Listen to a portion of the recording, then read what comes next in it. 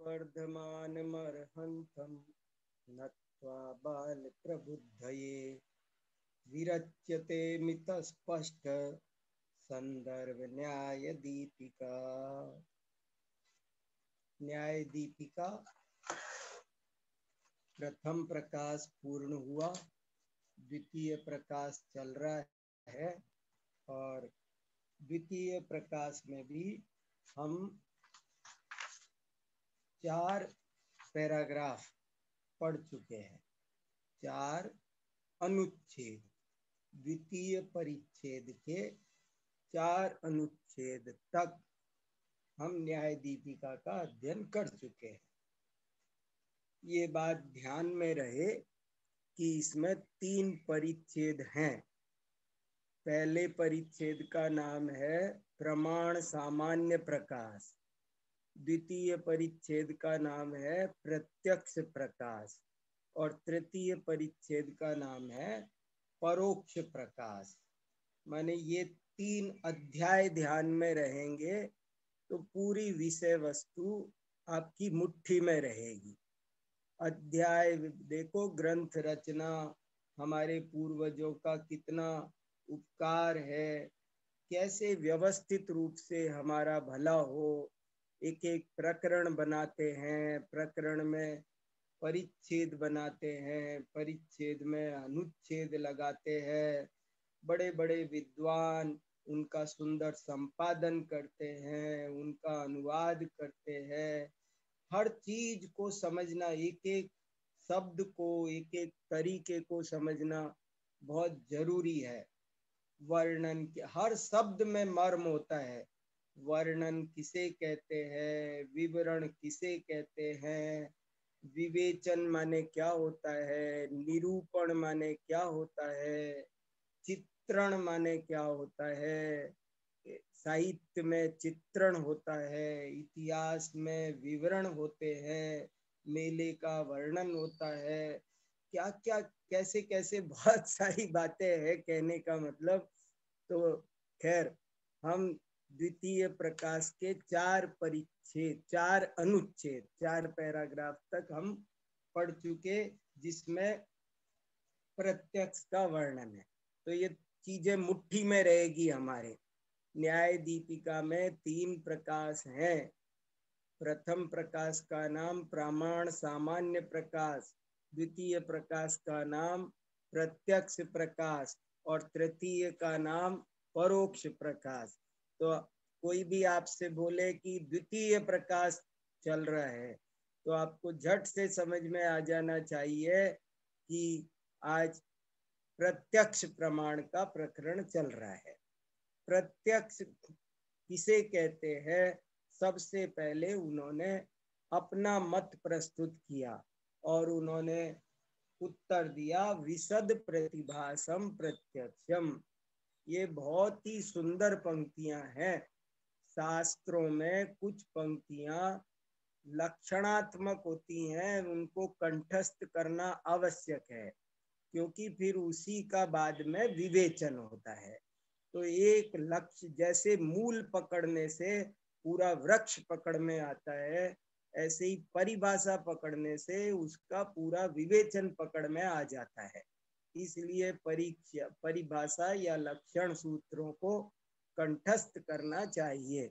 जिनको हम लक्षण सूत्र कह रहे हैं उन्हीं को परिभाषा सूत्र भी कहते हैं।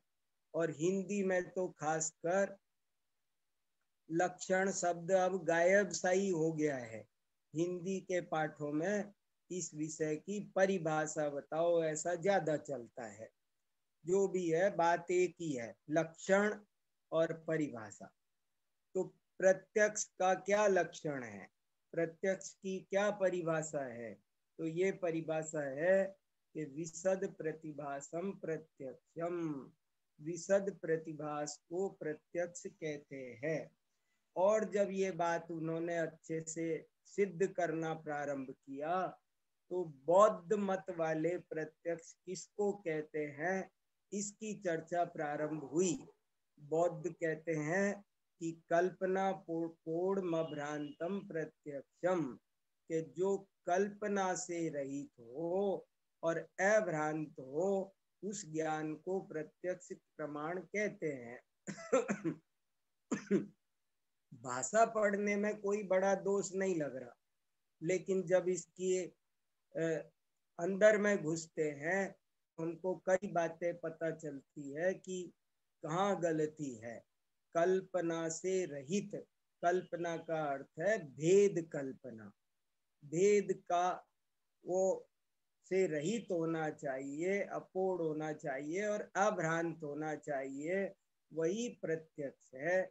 इति ताथागता, ऐसे ताथागत माने सौगत कहो, बौद्ध कहो, ताथागत कहो, एक ही बात है। तो ये वर्णन यहाँ चल रहा है और इसमें चौथा पैराग्राफ हम पढ़ रहे थे और उसमें थोड़ी सी बात स्पष्टीकरण में कुछ कमी रही थी, उसको जरा सा एक बार फिर से पढ़कर हम आगे बढ़ेंगे। चौथा पैराग्राफ पढ़ते हैं, देखो। ननु ननु निर्विकल्पकम एव प्रत्यक्ष प्रमाणम अर्थजत्वात्। ननु माने शंका, वे बौद्धों की तरफ से एक प्रश्न है कि निर्विकल्पक ज्ञान ही प्रत्यक्ष प्रमाण है। क्यों अर्थजत्वात्, क्योंकि वह अर्थज है। ये बहुत इंपॉर्टेंट और गहरा प्रकरण है, ये बहुत सूक्ष्म विषय है, पर कम से कम मोटा मोटा तो हम सबको समझ में आना चाहिए। बौद्धों के यहाँ, मैं पहले 1 मिनट आपको ऐसे ही बताता हूँ, फिर आप समझना। बौद्धों के यहाँ ये सिद्धांत है, एक सिद्धांत चलता है उनके यहाँ ज्ञान मीमांसा का, और उस सिद्धांत को कहते हैं तदुत्पत्ति तदाकार तदध्यवसायवाद। ये उनका सिद्धांत है। क्या, फिर सुनिए, तदुत्पत्ति तदाकार तदध्यवसायवाद, ये बौद्धों का एक सिद्धांत है। अगर परीक्षा हो तो मैं आपसे टिप्पणी पूछ सकता हूँ कि बौद्धों के तदुत्पत्ति तदाकार तदध्यवसाय सिद्धांत का स्वरूप समझाओ। तो आपको बताना है कि बौद्धों का मानना है कि ज्ञान पदार्थ से उत्पन्न होता है, तदुत्पत्ति, उसके बाद तदाकार, उसके आकार का होता है, और उसके बाद तदध्यवसाय, उसी को जानता है। अध्यवसाय माने जानना, अनध्यवसाय माने नहीं जानना। तो 3 काम है उनके हिसाब से। उनका कहना है कि ये स्टेबलाइजर है, ये पेन है, ये पेंसिल है। तो मुझे जो पेंसिल का ज्ञान हुआ वो कैसे हुआ? तो कहते हैं मेरा ज्ञान इस पेंसिल से पैदा हुआ, फिर मेरा ज्ञान पेंसिल के आकार का हुआ, और उसके बाद में उसने इसको अपना विषय बनाया। बस इस बौद्ध सिद्धांत का नाम है तदुत्पत्ति तदाकार तदध्यवसाय। लेकिन जैन आचार्य इसको नहीं मानते हैं। तो वो क्या कह रहा है कि साहब, हमने जो प्रत्यक्ष प्रमाण माना है वो तो और भी बड़ी चीज है ना, परोक्ष से भी ऊपर है। इसलिए प्रत्यक्ष प्रमाण वही होगा जिसमें ये सिद्धांत घटित होगा, तदुत्पत्ति तदाकार तदध्यवसाय। और उसी की ओर यहाँ इशारा किया है अर्थजत्वात्, कि वो जो ज्ञान है वो अर्थज है। अर्थज समझ गए? अर्थ, जय शब्द माने उत्पन्न होने वाला, जैसे जलज, जो जल से उत्पन्न हो वो जलज है, ऐसे ही अर्थज, अर्थ से जो पैदा हो वो अर्थज है। ननु निर्विकल्पम कमेव प्रत्यक्ष प्रमाणम अर्थजत्वात् तदेव ही परमार्थ सत्स्वलक्षण जन्यम न तो सविकल्पकम। वो कह रहे हैं कि जो निर्विकल्प है वो ही परमार्थ सत्य है, और जो सविकल्प है वो परमार्थ सत्य नहीं है, वो व्यवहार है, वो वास्तव, वो आरोपित है। जैसे अपन कहते हैं ना कि जिसको अपन निश्चय व्यवहार की भाषा में बोलते हैं, घड़ा घी का नहीं है, वो तो कहा जाता है, घड़ा तो मिट्टी का है। ऐसे ही वो ये कह रहे हैं कि जो निर्विकल्प है वो ही वास्तविक है, और जो सविकल्प है वो वास्तविक नहीं है, वो सिर्फ ऐसे ही कहने में आता है। निर्विकल्प ही परमार्थ सत्य स्वलक्षण है, और जो सविकल्प है वो अपरमार्थभूत है, क्योंकि वो सामान्य विषयत्वेन अर्थजत्वा भावात इति। आप इस चीज को भी थोड़ा सा पकड़ लीजिए कि सामान्य माने क्या, विशेष माने क्या। बौद्ध दर्शन क्षणिकवादी है, सर्वथा क्षणिकवादी है बौद्ध दर्शन। वो एक तरह से हम अपनी भाषा में कहें तो वो पर्यायों को तो मानता है क्षण क्षणवर्ती, लेकिन द्रव्य को नहीं मानता है। वो कहता है इस दुनिया में जो कुछ है सब क्षण भंगुर है और एक क्षण का ही है। जैसे उदाहरण के तौर पर मैं आपको कल भी मिला था और आज भी मिला, तो आप कहोगे मैं वो ही हूँ। तो बौद्ध कहते हैं कि यहाँ तो आपको भ्रांति हो रही है कि मैं वो ही हूँ। वास्तव में कल वाला वीर सागर तो नष्ट हो गया, अब आज जो आप देख रहे हो वो एक दूसरा ही वीर सागर है, वो नए पदार्थ की। मैंने आपको ये पेंसिल अभी जो 5 मिनट पहले दिखाई थी, ये वही पेंसिल है, लेकिन बौद्ध कहते हैं कि नहीं, वो जो 5 मिनट पहले दिखाई थी वो पेंसिल तो उसी क्षण नष्ट हो गई। अब जो आपको दिख रही है ये तो दूसरी पेंसिल है। इसके बीच जाने कितनी पेंसिलें उत्पन्न हो गई और नष्ट भी हो गई। तो वो पर्याय को सत्य मानते हैं और द्रव्य को काल्पनिक मानते हैं। पर्याय सत्य है, द्रव्य काल्पनिक है। वो पर्याय परमार्थ भूत है और द्रव्य अपरमार्थ भूत सामान्य है। जैसे वो ये कहते हैं कि भाई जितन सोना नाम की कोई चीज ही नहीं है। आप जो कुछ है, अंगूठी, चेन, कुंडल, हार, यही यही ये सत्य है, ये परमार्थ है। और जो इन सब पर्यायों के बीच में व्याप्त स्वर्ण की कल्पना की जाती है वो केवल कल्पना है, वो वास्तविक नहीं है। ये बात यहाँ कहा। चलो अब आपको जल्दी समझ में आ जाएगा।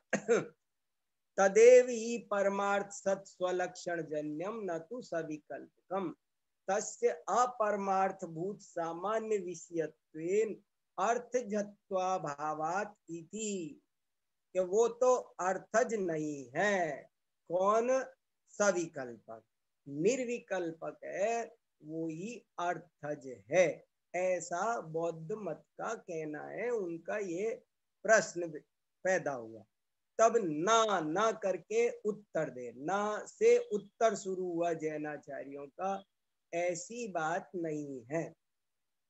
अर्थस्य आलोकवत ज्ञान कारणत्वानुपत्ति। अर्थस्य, ये भी याद रखने की जरूरत है कि यहाँ ज्यादातर जब भी अर्थ शब्द आता है तो उसका अर्थ पदार्थ होता है। पदार्थ की आलोकवत, आलोक माने प्रकाश, प्रकाश की तरह ज्ञान कारणत्वानुपत्ति। पदार्थ प्रकाश की तरह ज्ञान का कारण नहीं है, सिद्ध नहीं होता है। क्यों नहीं सिद्ध होता है? अब हालांकि देखो इन भाषाओं में जो आनंद है ना, वो मैं स्पष्ट नहीं कर पाता, अनुवाद ही नहीं होता वैसा हिंदी में। क्या आनंद है! अर्थस्य आलोकवत ज्ञान कारणत्वानुपपत्ति। जो शास्त्री के विद्यार्थी पढ़ रहे हैं उनसे मेरा ये निवेदन है कि संस्कृत भाषा में कुछ महारत हासिल करें। संस्कृत भाषा से फैमिलियर होना जरूरी है। इतना अच्छा संस्कृत आना चाहिए कि संस्कृत पढ़ते जाओ तो ऐसा लगना चाहिए कि हम हिंदी ही पढ़ रहे हैं, इतना आनंद आना चाहिए। मूल को पढ़ने में हमें अनुवादों की सहायता न लेनी पड़े, जरा भी अटकन नहीं हो तभी अच्छा है। तद यथा, तद्यथा, वो ऐसे, खुलासा, अन्वय व्यतिरेक गम्यो ही कार्य कारण भाव, कार्य कारण भाव अन्वय व्यतिरेक गम्य है। इस लाइन में जो जान है, संक्षेप में सुगठित रूप से कहने की जो क्षमता संस्कृत शब्दों में होती है, वैसी आसानी से हिंदी में आ नहीं पाती है। अन्वय व्यतिरेक गम्यो ही कार्य कारण भाव, केवल 3 शब्द कहे और कितनी बड़ी बात कह दी। तत्रालोकः तावन न ज्ञान कारणम, देखो आलोक ज्ञान का कारण नहीं है, और जिंदा भाषा है। तत्रालोकस्तन तावन न ज्ञान कारणम तदभावेपि नक्तंचराणाम मार्जारादीनाम ज्ञानोत्पत्ते, के वो आलोक के अभाव में जो नक्तंचर है, नक्त माने रात्रि, रात्रि के 30 पर्यायवाची होते हैं। पहले पर्यायवाची कोश बहुत पढ़ाया जाता था, रजनी बोलो, राका बोलो, निशा बोलो, ऐसे ही एक शब्द है नक्तम, नक्तम माने रात्रि, नक्तंचराणाम माने निशाचराणाम, जो रात्रि में विचरण करते हैं, ऐसे मार्जार आदि नाम ज्ञानोत्पत्ते। ज्ञानोत्पत्ति क्या है? 5/1 हेत्वर्थे पंचमी, पंचमी क्यों लगाई?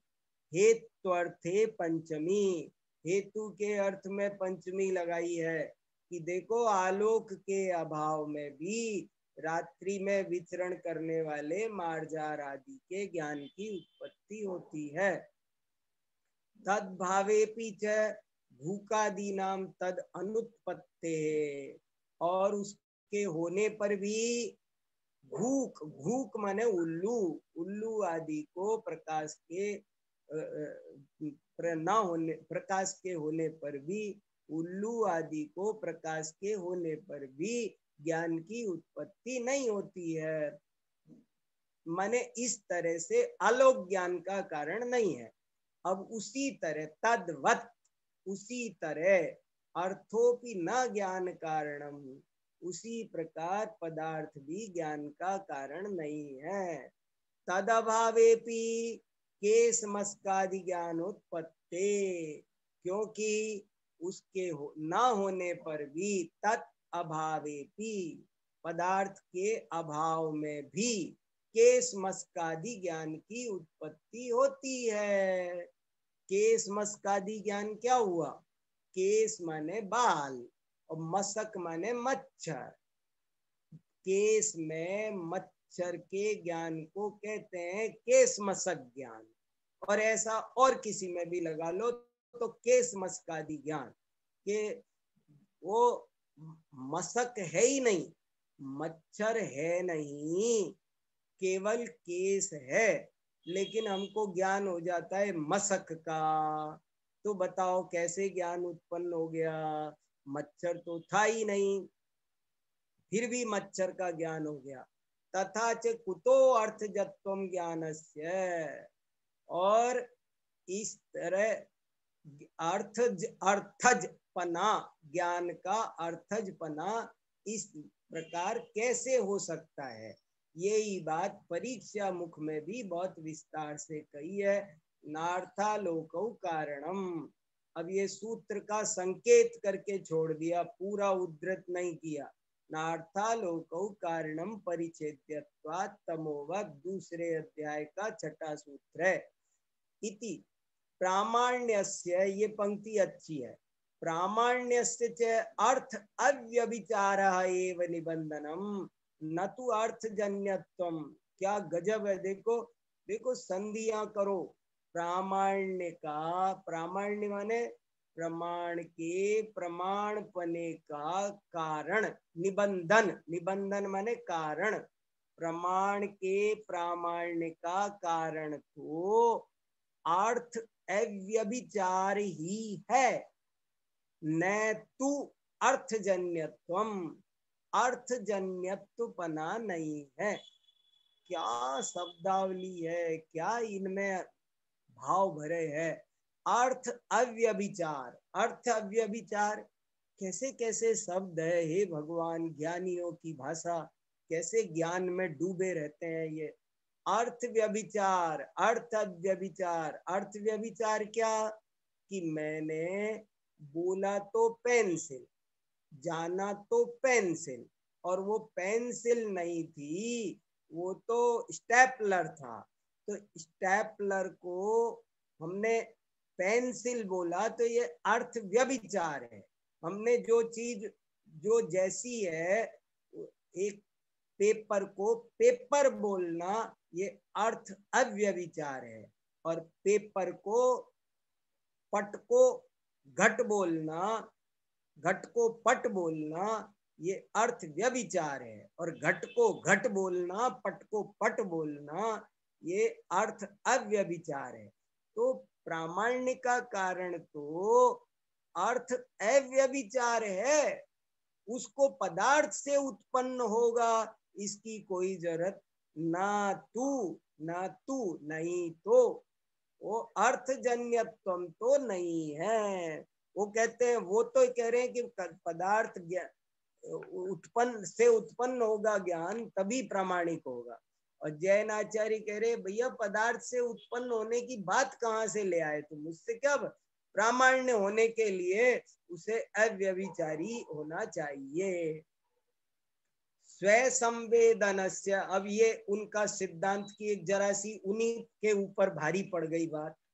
स्व संवेदनस्य विषय अजन्यत्वेपि प्रामाण्य अभ्युपगमात्, जो स्व संवेदन होता है वो विषय से अजन्य होने पर भी, अजन्य होने पर भी प्रामाण्य तुमने ही माना है। अभ्युपगम, अभ्युपगमात माने स्वीकरणात्, माना है आपने ज्ञान को।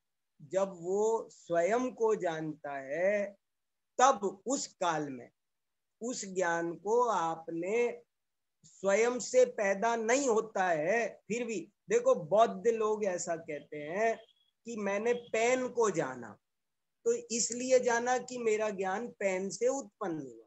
लेकिन मैंने आत्मा को जाना, तो कहते आत्मा को जाना ना आपने, तो कोई बात नहीं, आत्मा को जानने के लिए तो उससे उत्पन्न होने की जरूरत नहीं है। स्व को जानने के लिए वो उसको उत्पन्न होने की जरूरत नहीं है, वो प्रमाण है ज्ञान, क्योंकि हमने स्व को जाना। तो स्वयं को जानने का जब बात आती है तब वे पदार्थ से उत्पन्न होने वाले अपने ही सिद्धांत को नहीं मानते हैं। तदुत्पत्ति वाले को क्या कहते हैं, ये तर्क देते हैं कि नहीं किंचित स्वस्मादेव जायते। वे खुद कहते हो कि साहब कोई चीज अपने आप होती ही नहीं है, तो फिर क्या, इसलिए हम स्व से, ये स्व से उत्पन्न हुआ, ये कोई मानने की बात है, इसलिए नहीं मानना चाहिए। तो जैन आचार्य कह रहे कि देखो तुम्हारा सिद्धांत, इसको कहते हैं पूर्वापर विरोध। उन्होंने कहा कि वही ज्ञान प्रामाणिक होगा जो पदार्थ से, जो ज्ञेय से उत्पन्न होगा, वही ज्ञान प्रामाण्य है। तो और ये बात, उनकी बात उन्हीं से कट गई कि तुमने पर को जानने के लिए तो तदुत्पत्ति लगाया, लेकिन स्व को जानने के लिए तदुत्पत्ति को नहीं लगाया। इससे और फिर भी प्रमाण माना, तो इससे सिद्ध हो गया कि तदुत्पत्तिवाद प्रामाण्य के लिए कोई आवश्यक नहीं है। अब 5वां पैराग्राफ पढ़ता हूं। ननु एतज्जन्यस्य ज्ञानस्य कथम तत्प्रकाशकत्वमिति चेत। अब वो बौद्ध फिर प्रश्न पूछता है, ननु, तो कैसी संधि विच्छेद हो रही है। ननु अतज्जन्यस्य, ऊ का व हो गया है कि नहीं, यण संधि हो गई, इको यणची, इक का यण, तो ऊ का वे, ननु अतज्जन्यस्य, ननु माने शंका है कि एतज्जन्यस्य ज्ञानस्य, एतत्जन्य उससे न उत्पन्न होने वाला ज्ञान, भाषा तो पकड़ो, जो पदार्थ से उत्पन्न नहीं होता है ऐसा ज्ञान। कथम तत्प्रकाशकत्वम, बौद्ध पूछ रहा है महाराज लेकिन हमें ये तो बताओ कि जब आप ज्ञान को पदार्थ से पैदा होने वाला नहीं मानोगे, हमने इसलिए माना कि वो नहीं तो उसका प्रकाशक सिद्ध नहीं होगा। मैं पेन को जानता हूँ, ये बहुत बड़ी प्रॉब्लम थी कि मैं पेन को ही क्यों जान रहा हूँ, पुस्तक को क्यों नहीं जान रहा।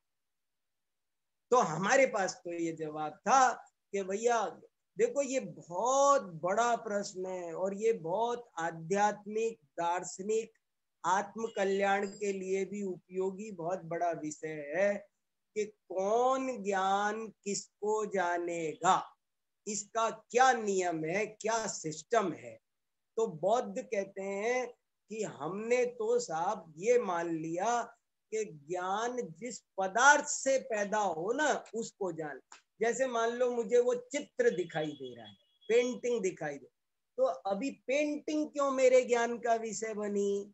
तो कहते साहब हम क्या करें, ये ज्ञान पेंटिंग से पैदा हुआ था इसलिए पेंटिंग को जान लिया। वो पर्दा, अब पर्दा क्यों दिखा? बोले पर्दे से पैदा हुआ था। ये दरवाजा क्यों दिखा? दरवाजे से पैदा हुआ था। जो जिससे पैदा होगा जो ज्ञान, वो उसी को जान लेगा। ऐसा हमने बहुत बढ़िया व्यवस्था बना रखी है। हम कुछ नहीं जानते इस समय कौन ज्ञान किसको जानेगा, तो हम कहते हैं कि वो उससे पैदा होता है। तो ये उनकी अब चिंता हो गई क्योंकि आपने खंडन कर दिया कि वो पैदा नहीं होता। तो ऐसा वो कह रहा है कि जब ज्ञान उससे उत्पन्न नहीं होगा तो उसका प्रकाशक कैसे होगा इति चेत। तो उत्तर देते हैं घटादि, कितनी सुंदर भाषा, कितना मजबूत तर्क, कैसी सशक्त प्रस्तुति, प्रेजेंटेशन देखने लायक है, बड़ा ही पावरफुल प्रेजेंटेशन। घटादि अजन्यस्यापि प्रदीपस्य तत्प्रकाशकत्वं दृष्ट्वा संतोष्टव्यम आयुष्मता। इतनी सुंदर प्रस्तुति है कि कोई भी लट्टू हो जाएगा। क्या बोलने की शैली है। घटादि से उत्पन्न न होकर भी, घटादि अजन्यस्यापि प्रदीपस्य, प्रदीप घटादि से पैदा नहीं होता है। प्रदीप माने दीपक, दीपक घट आदि से पैदा नहीं होता है।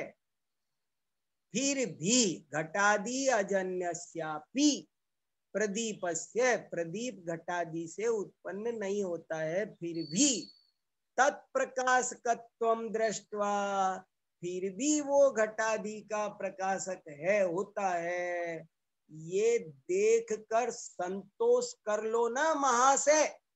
देखो संतोष्टव्यम आयुष्मता, आयु क्या भाषा है, कितना आदर भी है और कितना व्यंग भी है और डांटना भी है। अरे महानुभाव, अरे भैया, ओ महाशय, ओ महोदय, अरे महोदय देखो तो सही, वो घटादि से पैदा नहीं होता ज्ञान। दीपक, दीपक का उदाहरण अपने यहाँ जो परीक्षा मुख में सूत्र आया है प्रदीपवत, वो बहुत क्रांतिकारी है। किसी विद्यार्थी को उस पर एक लेख लिखना चाहिए। 4 पन्ने का, 5 पन्ने का एक लेख लिख सकते हो आप प्रदीपवत। इसके खुलासा में 4-5 पेज का लेख लिखा जा सकता है, 1 घंटे का प्रवचन किया जा सकता है प्रदीपवत। इसमें बहुत जगह घटाया गया। प्रदीप माने दीपक, दीपक घटादि से पैदा नहीं होता है, फिर भी घटादि का प्रकाशक होता है। भैया ये देखकर तुमको संतोष कर लेना चाहिए। क्यों घबरा रहे हो? वो घबरा रहा था, साहब फिर क्या होगा? जब ज्ञान उससे पैदा नहीं होगा तो कैसे जानेगा? ये तो बहुत बड़ी प्रॉब्लम हो जाएगी। आप हमारे तदुत्पत्तिवाद को खत्म कर रहे हो तो ये तो दुनिया में जैसे भूचाल आ जाएगा। तो वो कह रहे हैं कि नहीं, कुछ नहीं होगा, संतोष्टव्यम संतुष्ट हो जाओ। अथ कथम अयम विषय प्रति नियम, फिर पूछ रहा, तो फिर महाराज विषय का नियम कैसे बनेगा?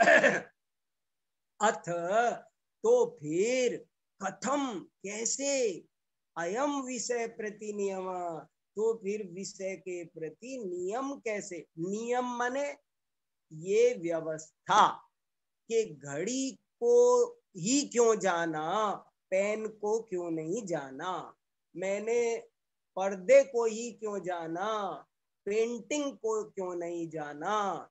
ये जो एक बहुत बड़ी समस्या थी, पर्दे का ही ज्ञान होगा या पेंटिंग का ही होगा, ये जो विषय के प्रति नियम है ये कैसे होगा? अथ कथम अयम विषय प्रति नियम, बहुत ही इंपॉर्टेंट जैन दर्शन की ज्ञान मीमांसा चल रही है। अगर रुक जाऊं तो मैं यही लाइन पर आपके साथ 2-4 क्लास में बात कर सकता हूँ। बहुत ज्ञान का स्वरूप क्या है, ज्ञान कैसे कार्य करता है, कैसे जानता है, ये बहुत अच्छा विषय है। यदूत घट ज्ञानस्य घटा एव विषयो न पटः इति, ये जो वास्तव में ये प्रश्नवाचक लगा था ना यदुत के पहले, ये इति के बाद लगना चाहिए था। प्रश्न यहाँ तक पूरा हुआ है।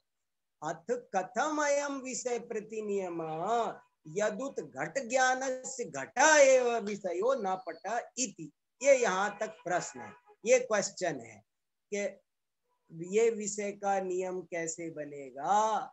यद माने की, उत अथवा घट ज्ञान का घट ही विषय है, पट नहीं है, ऐसा व्यवस्था कैसे बनेगी? अर्थ जत्वम ही विषय प्रति नियम कारणम, हमने तो अर्थ जत्व को ही विषय के प्रति नियम कारण मान रखा है। हमारे यहाँ तो सिस्टम है, हम कुछ नहीं जानते। पुस्तक का ज्ञान क्यों हुआ? क्योंकि मेरा ज्ञान पुस्तक से पैदा हो गया। ऐसे हमारे यहाँ तो ये व्यवस्था है। अर्थ जत्व ही विषय के प्रति नियामक कारण है, क्योंकि तज्जन्यत्वात् क्योंकि वो तज्जन्य, तद विषयम एव चेतत इति, कि वो उसका से पैदा होता है इसलिए उसको विषय बना। तदुत्पत्ति तदाकार तदध्यवसाय तत्तु भवता नाभ्युपगम्यते इति चेत, तत्तु वह तो, भाषा में जो उनका भाव टपक रहा है वो मैं हिंदी में ला नहीं पा रहा हूं मित्रों। तत्तु वह तो, भवता, क्या शब्द बोल रहे हैं, भवता, भवता क्या है? ये भवान शब्द की तृतीया विभक्ति का एक वचन, भवता नाभ्युपगम्यते आपके द्वारा स्वीकार नहीं किया जा रहा है। इति चेत्, वो जो व्यवस्था है अर्थ जत्व की, वो तो हे जैनो आप स्वीकार नहीं करते हो। योग्यता एव, तो अब उसका उत्तर इति चेत, इति चेत माने ऐसा कोई कहे तो हम कहते हैं योग्यताएव, योग्यतैव, देखो वृद्धि संधि हो गई, योग्यता आ और ए मिलकर आई बन गया, योग्यतैव। क्या गुण संधि है, क्या वृद्धि संधि है, कैसे शब्द बन रहे हैं, कैसे उनका विच्छेद होता है, तब ना अर्थ निकलेगा भाई। योग्यतैव विषय प्रति नियम कारणम इति ब्रूमा, योग्यता ही विषय के प्रति नियामक कारण है। नियम माने नियामक, उस व्यवस्थापक कारण है। इति ब्रूमः, ब्रूमः क्या है? वयम के साथ का प्रयोग है उत्तम पुरुष बहुवचन, ब्रूमा वयम ब्रूमः, हम बोलते हैं। तुमने कहा तदुत्पत्तिवाद, हम कहते हैं योग्यतावाद। समझ में आया? बौद्धों का सिद्धांत है तदुत्पत्तिवाद, जैनों का सिद्धांत है योग्यतावाद। योग्यता ही विषय के प्रति नियामक कारण है। का नाम योग्यता? ओ भैया, ये योग्यता किसका, किस चिड़िया का नाम है? ये क्या आ गया? योग्यता क्या होती है भाई? इति ऐसा कोई प्रश्न पूछे तो उच्यते कहते हैं स्वावरण क्षयोपसमः। देखो योग्यता किसे कहते हैं? अपने आवरण का क्षय होना या उपशम होना, इसी का नाम योग्यता है। स्वावरण क्षयोपसमः, अपने ज्ञानावरण का उस स्व माने स्व का मतलब है घट ज्ञान, घट को ही जानेगा तो घटावरणी कर्म का क्षयोपसम चाहिए। पट को ज्ञान क्यों हुआ? पटावर। जैनों की व्यवस्था क्या है? देखो बहुत अच्छे से समझो, इसको लिखो कॉपी में कि बौद्धों के अनुसार घट का ज्ञान ही हुआ, पट का नहीं हुआ। क्या कारण है? क्यों? तो वो कहते हैं कि जो ज्ञान घट से उत्पन्न होगा वो घट को जानेगा, पट को उत्पन्न होगा तो पट को जानेगा। जैन कहते ना भैया हम नहीं मानते, हम तो योग्यता को कारण मानते हैं। तो भैया योग्यता क्या होती है? तो जैन आचार्य उत्तर देते स्वावरण क्षयोपसमी का नाम ही योग्यता है। जब घटावरणी कर्म का क्षयोपसम होगा तो घट ज्ञान का विषय बनेगा, और जब पटावरणी कर्म का क्षयोपसम होगा तो पट ज्ञान का विषय। माने आप इसको सब जगह लगा लो, पुस्तकावरणी कर्म का क्षयोपसम होगा तो पुस्तक, आपने ज्ञानावरण 8 तरह का सुना है अभी तक, लेकिन ज्ञानावरण अनंत प्रकार का होता है। आप कोई भी चीज में लगा लो, जैसे मान लो मुझे ये स्केल नहीं का ज्ञान हुआ, तो ये जो स्केलावरणी कर्म का क्षयोपसम हुआ इसलिए मुझे स्केल दिखाई दिया। ये मुझे जो भी दिखाई देता है वो तत्संबंधी ज्ञानावरण कर्म का क्षयोपसम होता है, तभी होता है। गजब का विषय है, क्रांतिकारी विषय है। मैंने थोड़ा समय इसलिए लगा रहा हूं इसमें कि ये विषय वेरी वेरी वेरी इंपॉर्टेंट है। ये कौन ज्ञान कैसे जानता है? तदुक्तम स्वावरण क्षयोपसम लक्षण योग्यतया ही प्रतिनियतम अर्थम व्यवस्थापयति इति। किसी को कुछ पूछना है? छठा पैराग्राफ पढ़ूं? किसी के मन में कोई डाउट हो तो 2-5 मिनट हम दे सकते हैं अभी, नहीं तो फिर हम शुरू करते हैं। हाँ बोलिए आशीष जी। जी आशीष कुमार जी। हाँ जय जिनेन्द्र सर। जय जिनेन्द्र, बोलिए सर आज की क्लास से संबंधित तो नहीं था, पिछली क्लास का था छोटा सा क्वेश्चन। अच्छा बोल के देखो। सर मेरा क्वेश्चन ये था, सर आपने कहा कि मैं दर्शन को भी प्रमाण में ला सकता हूँ। किसको प्रमाण में ला सकता हूँ? दर्शन को सर, दर्शन उपयोग को। हाँ हाँ ठीक। सर छोटा सा क्वेश्चन ये था कि सर उसमें एक झलक मात्र होती है, निर्णय की स्थिति तो होती नहीं सर। हाँ तो सर वो प्रमाण में कैसे आ पाएगा सर? थोड़ी सी एक जिज्ञासा थी। ठीक है, मैंने ग्रुप पर एक लेख डाला था कि क्या दर्शनोपयोग प्रमाण है। आपने वो लेख पढ़ा कि नहीं? सर मैं ध्यान नहीं दे पाया सर। हाँ देखो क्या है, इस प्रश्न का उत्तर देने में थोड़ा सा समय लग जाएगा, लेकिन आप ऐसा करना 2 ही पेज का लेख है, सिर्फ 2 पेज का लेख है जरा सा, और उसमें इस चीज की मैंने खुलासा किया है कि दर्शनोपयोग को प्रमाण मानना चाहिए कि नहीं मानना चाहिए। पहले सब लोग मेरी एक बात शांति से सुन लो। देखो, जब भी यहाँ कोई बात कही जाती है तो उसको उसी अपेक्षा से समझना चाहिए, नहीं तो गड़बड़ हो जाएगी। कोई भी बात 100% सही नहीं होती और कोई भी बात 100% गलत नहीं होती। कौन बात, मैंने पिछली कक्षा में एक वाक्य और बोला था कि एक ही वाक्य के 50 अर्थ होते हैं।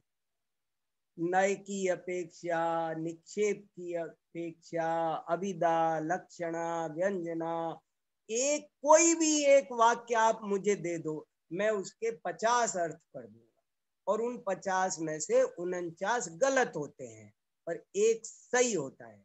जो सही, जहां प्रकरण में जो सही अर्थ है उसी को समझना चाहिए, नहीं तो दिक्कत हो जाएगी।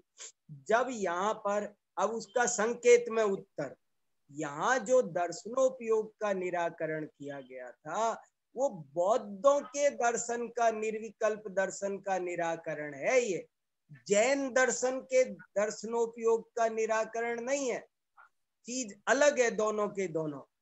और जो जैन दर्शन का दर्शनोपयोग है वो चेतना की ही परिणति है और वो, उसकी परिभाषा है आत्मग्राहकम दर्शनम परग्राहकम ज्ञानम।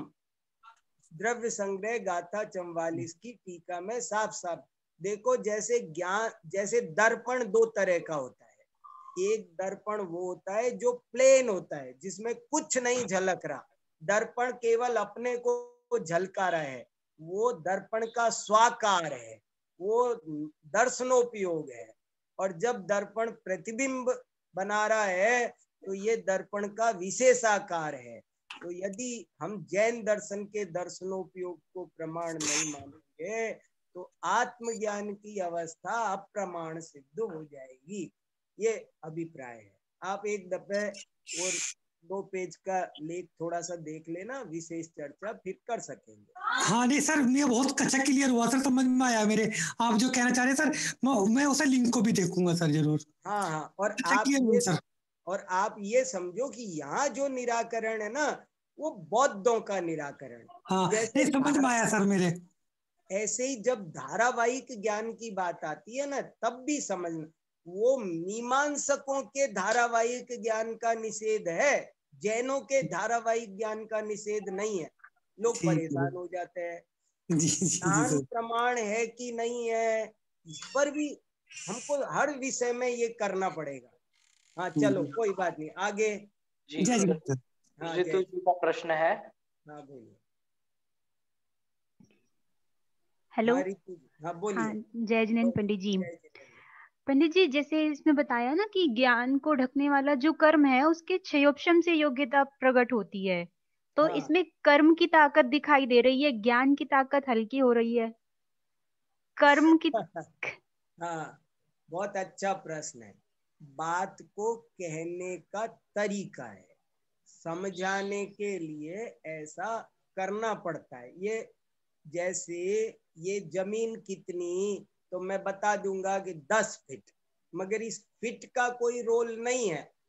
हम क्या क्या हम पर की अपेक्षा से वस्तु को समझाते हैं, भेद की अपेक्षा से, संयोग की अपेक्षा से वस्तु का ज्ञान कराया जाता है, लेकिन वस्तु में भेद नहीं होता, वस्तु पर सापेक्ष नहीं होती है।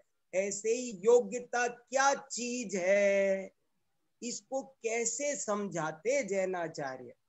योग्यता को समझाने का कोई तरीका नहीं था, तो उन्होंने उसे कर्म की अपेक्षा से समझाया है। बाकी कोई कर्म बलवान हो गए, आत्मा निर्बल हो गया, ऐसी कोई यहाँ अपेक्षा नहीं है। ये इनके कमजोर बलवान होने की कोई अपनी अपनी जगह सभी बलवान है, कोई कमजोर नहीं है। जो है वही बलवान, होना ही बल है, अस्तित्व बल है। तो कर्म भी है इसलिए वे भी बलवान है, क्या दिक्कत है। यदि वे बलवान भी सिद्ध हो रहे हैं तो हमको कोई आपत्ति नहीं है। बाकी यहाँ बलवान निर्बल की कोई चर्चा नहीं है। यहाँ तो योग्यता को कैसे समझाते, इसलिए उन्होंने जैसे घी के स्वाद को कैसे बताए, तो वो जब चीज में डल करके पता चलता है उसका स्वाद कैसा आया। बिना घी डाल के चावल खाओ और घी डाल के चावल खाओ, घी में बड़ा स्वाद है, ऐसे घी खाओ तो पता नहीं चलेगा। ऐसे ही योग्यता क्या चीज है तो कर्म की अपेक्षा से समझाया है। अगर क्योंकि उसमें ये भी हो सकता है कि अगर सिर्फ इतना बोल दें कि ज्ञान से ही ज्ञान होता है, तो फिर तो वो ये भी कह सकते थे कि ज्ञान तो हमेशा है, हर चीज के टाइम पर है, तो हर चीज का ज्ञान क्यों नहीं हो रहा है तुम्हें।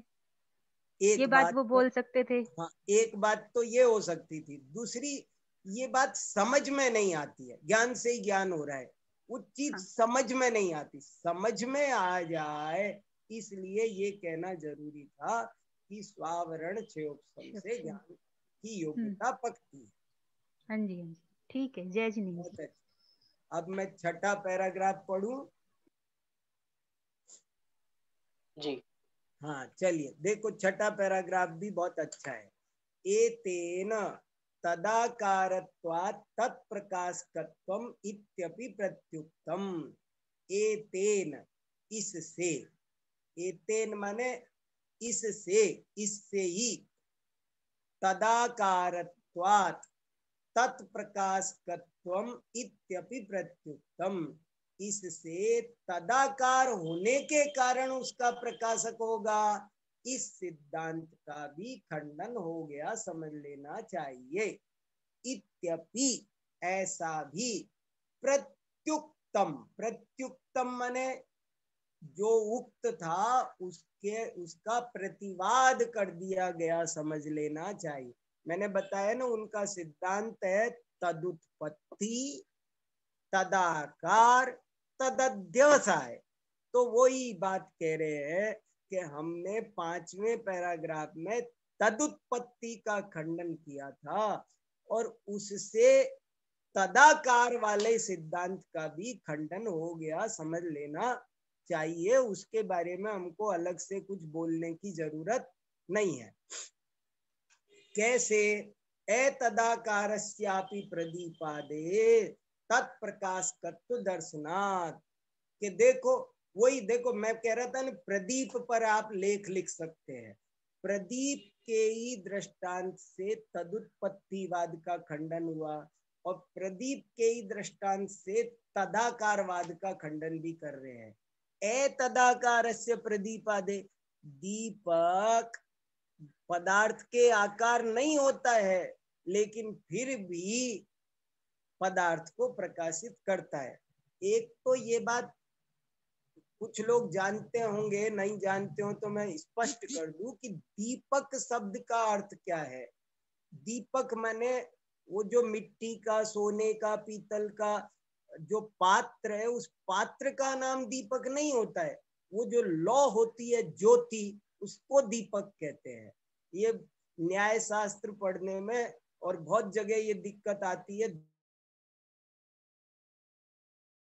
दीपक माने बर्तन का नाम दीपक नहीं है। अपन बोलते तो जरा बाजार से दीपक खरीद लाना, अपन मिट्टी के दीपक, ये अरे दीपक मिट्टी का नहीं होता, दीपक सोने का नहीं होता, दीपक ज्योति रूप है, प्रकाश का नाम दीपक है।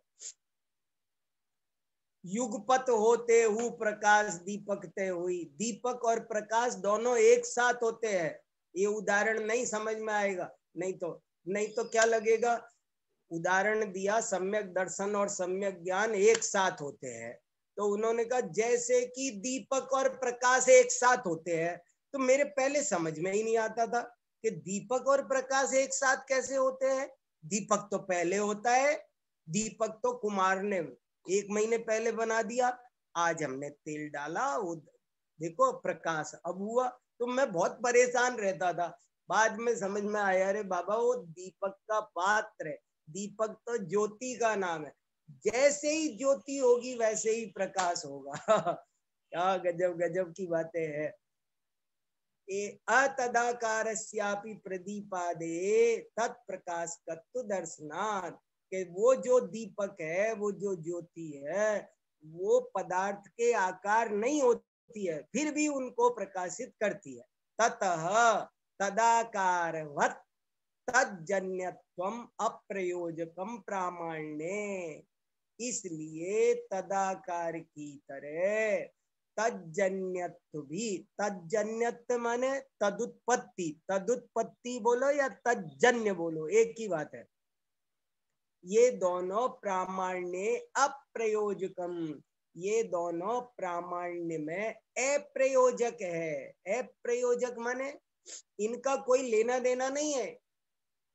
तदुत्पत्ति होगी, तदाकार होगी तो ही ज्ञान प्रमाण होगा। ज्ञान को, प्रमाण को प्रामाण्य होने के लिए, प्रमाण को प्रामाणिक होने के लिए पदार्थ से उत्पन्न होने की, पदार्थ के आकार होने की कोई जरूरत नहीं है। ज्ञान को, प्रमाण को प्रामाणिक होने के लिए अविसंवादी होना जरूरी है, अर्थ अव्यभिचारी होना जरूरी है, अर्थोत्पन्न होना जरूरी नहीं है, अर्थाकार होना जरूरी नहीं है। ये बहुत ऊंची गजब की बात है। आप पढ़ रहे हैं तो बहुत ऊंची बात पढ़ रहे हैं, आनंद लेकर के पढ़िए इसको। देखो कितना बढ़िया कहा, ततस्तदाकारवत् तज्जन्यत्वम अप्रयोजकम प्रामाण्ये सविकल्पक विषयभूतस्य सामान्यस्य परमार्थत्वम एव अबाधितत्वात्। इसलिए भैया जो सविकल्प का विषयभूत सामान्य है वो भी परमार्थ ही है। मैंने आपको कहा था ना, वो क्या कहते हैं कि जो पर्याय है वो तो है परमार्थ, और जो सामान्य रूप द्रव्य है वो कुछ नहीं है, वो तो ऐसे ही कल्पना की गई है, रियल नहीं है वो।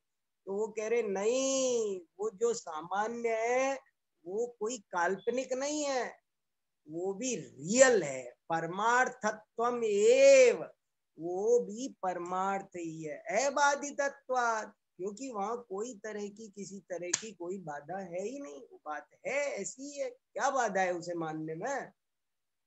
प्रत्युत सौगताभिमतः एव स्वलक्षणे विवादः, बल्कि सौगत द्वारा जो उन्होंने स्वलक्षण माना, स्वलक्षण माने तदुत्पत्ति तदाकार वाला जो लक्षण माना, उसमें ही विवाद है। तस्मात् न निर्विकल्प रूपत्वम प्रत्यक्षस्य, इसलिए निर्विकल्प रूपता को ही प्रत्यक्ष का लक्षण मानना उचित नहीं है। अब अगला पैराग्राफ जरा सा और आपको संकेत करता हूं, देखते हैं।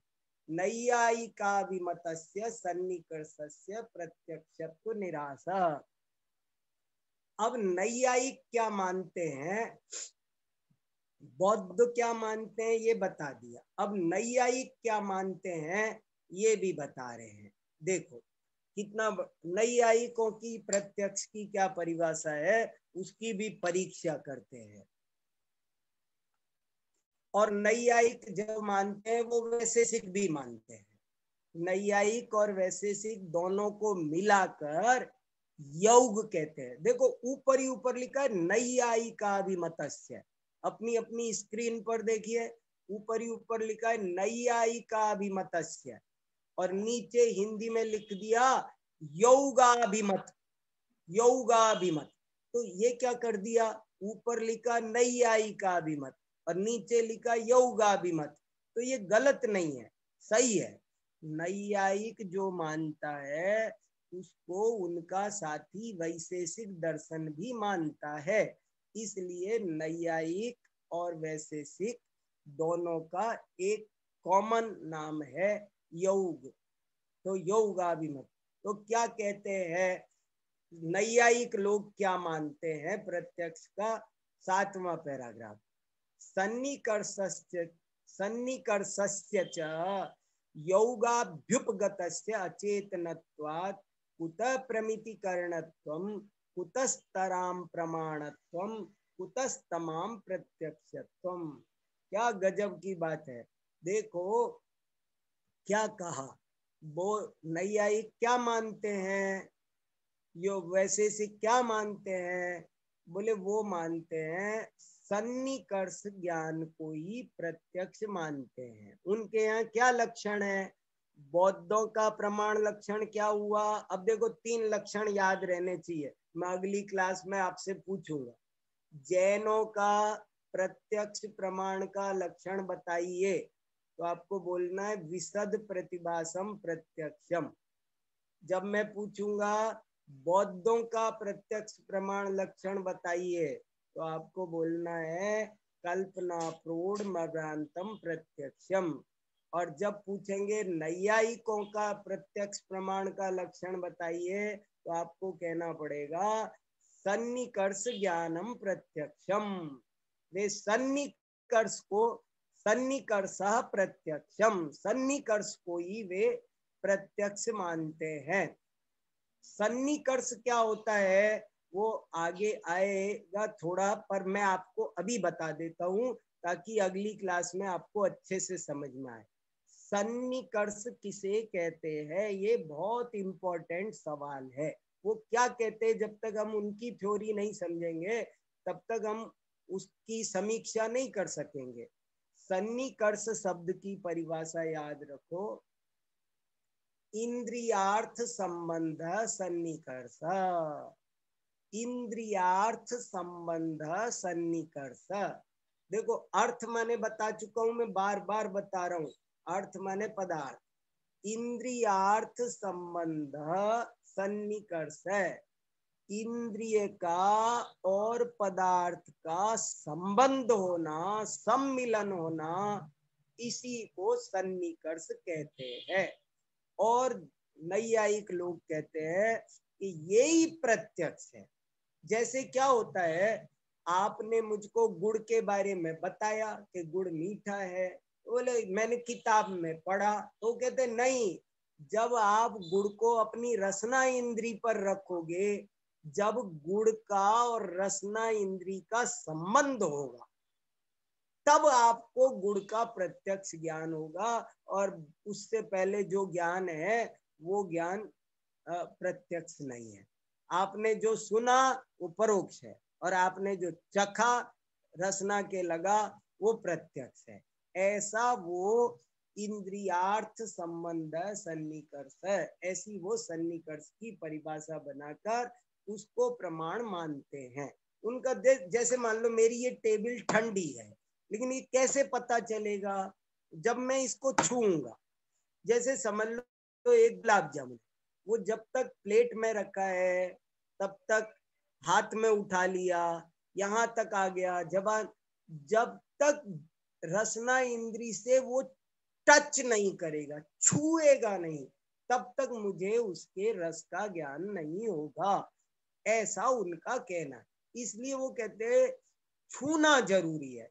स्पर्शन इंद्री छू के बता सकती है ठंडा है या गर्म, बिना छुए नहीं बता सकती। स्पर्शन, रसना, घ्राण, नाक में भी जब तक सुगंध दुर्गंध के परमाणु घुसे नहीं तब तक पता नहीं चलता है।